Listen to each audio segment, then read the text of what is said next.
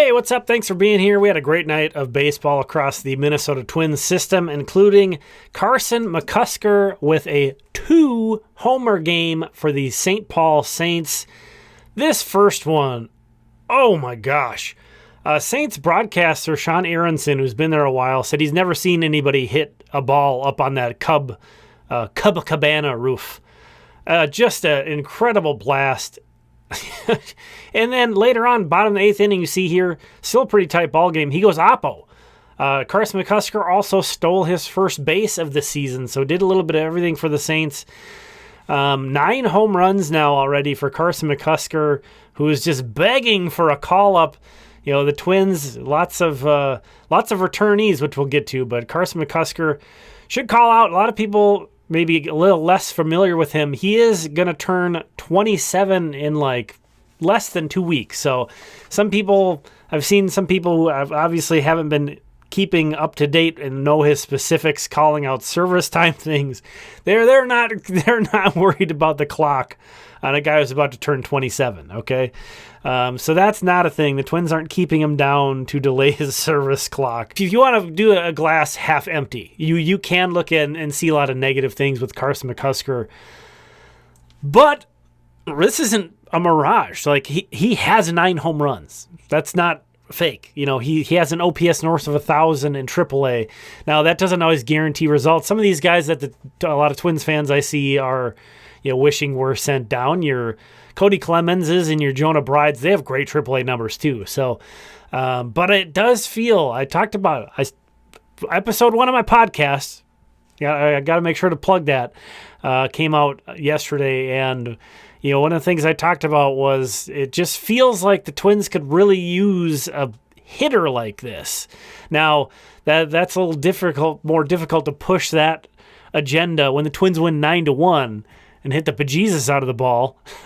It would be really nice to see Carson McCusker get a shot. At a certain point, like, you're going to send a bad message to him and the whole rest of the AAA team that says, like, it doesn't really matter what you do here. It doesn't matter what you do. If an opening comes, we're just going to grab somebody from another organization. We're just going to grab a Cody Clemens, grab a Jonah Bride, and that's how we're going to solve our problems instead of promoting you guys here in St. Paul. I see the downside. I can see the glass half empty. It's Miguel Sano. Like I said it before, I'll say it again. He takes some of the worst swings you'll ever see, but then the next pitch he'll hit 450 feet. So it's like, and I think the Twins could use that kind of a dynamic in their lineup. But very dynamic day for the Twins, winning 9-1. Saints won 6-2. Win Surge is the only team that lost. Colonels shut out their opponent, won 8-0, and the Muscles won. I think it was the 12th inning, a walk-off win, 13-12, a complete chaos game.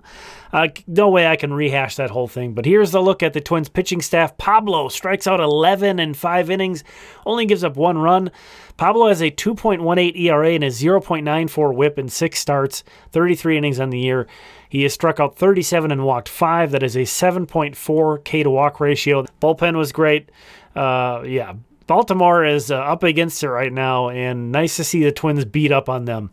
On the hitting side, Carlos Correa looking like Carlos Correa, man. That could change the outlook for this team so much. He went 3 for 4, hit a long home run, a McCusker-like blast for the Twins. Byron Buxton also had a multi-hit game with a home run. Royce Lewis, he was back. I'm excited, but he's 0 for 4 as the DH. Good to get in, and he wasn't seeing the ball well on his rehab assignment. So we're used to Royce stepping right back in and hitting a home run. But, maybe he's got some rust to work off. Willie Castro also returned today. He played left field, was 1 for 3 with a walk. The Twins were 4 for 4 with runners in scoring position. This is how their year-to-date runners with scoring position numbers are, reasonable, middle of the pack, because they do this. They'll go 0 for and have a horrible series, and then all of a sudden they'll just get red hot with runners in scoring position. Byron Buxton has a over 1,000 OPS in his last 15 games. He is really hitting. On the minor league side, starting pitching, David Festa looked really good. 7 strikeouts and no walks in 5 2/3 innings. More on him in a sec. Chase Chaney, that line jumps out, but that guy needs to be in Double A. He's got no business in High A. Travis Adams pitched well after Festa, 2 1/3 inning, 3 hits, 0 runs. He did allow an inherited runner to score. He came in the middle of an inning, too. So that's an important thing for a guy if you think maybe a bullpen guy, you want to kind of have him relatively stretched out. You're sort of 1 foot in the reliever, 1 foot in the starter.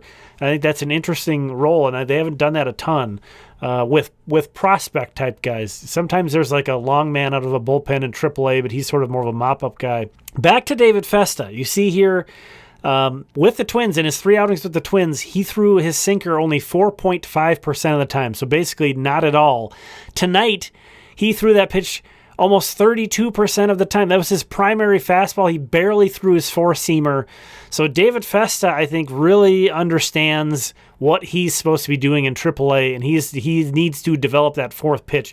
Results matter less than his development of that pitch, and it's wonderful to see he is leaning so much into that pitch, and he had a good start. That's really exciting for David Festa. Moving on to the minor league hitting side, again, Carson McCusker, 3 at night, 2 home runs, stole his first base of the year. Just insane. Aaron Sabato had a 2 at night. He's having a great go of it in his first 14 games with Wichita. He's got a 938 OPS. Brandon Winokur had a 3 at night for the Colonels. Nate Baez was 1 for 2 with 2 walks and has a 1,000 OPS in 18 games. He's the guy they drafted as a catcher out of Arizona State, I want to say. I don't think he's going to stick back there, and he's DHing and playing first base quite a bit, so we'll see what becomes of him defensively, but he is hit, man. That's Nate Baez. Jay Thomason was 3 for 5 with a walk, scored the game-winning run in a walk-off victory, had 2 more stolen bases, 9 steals for him as well.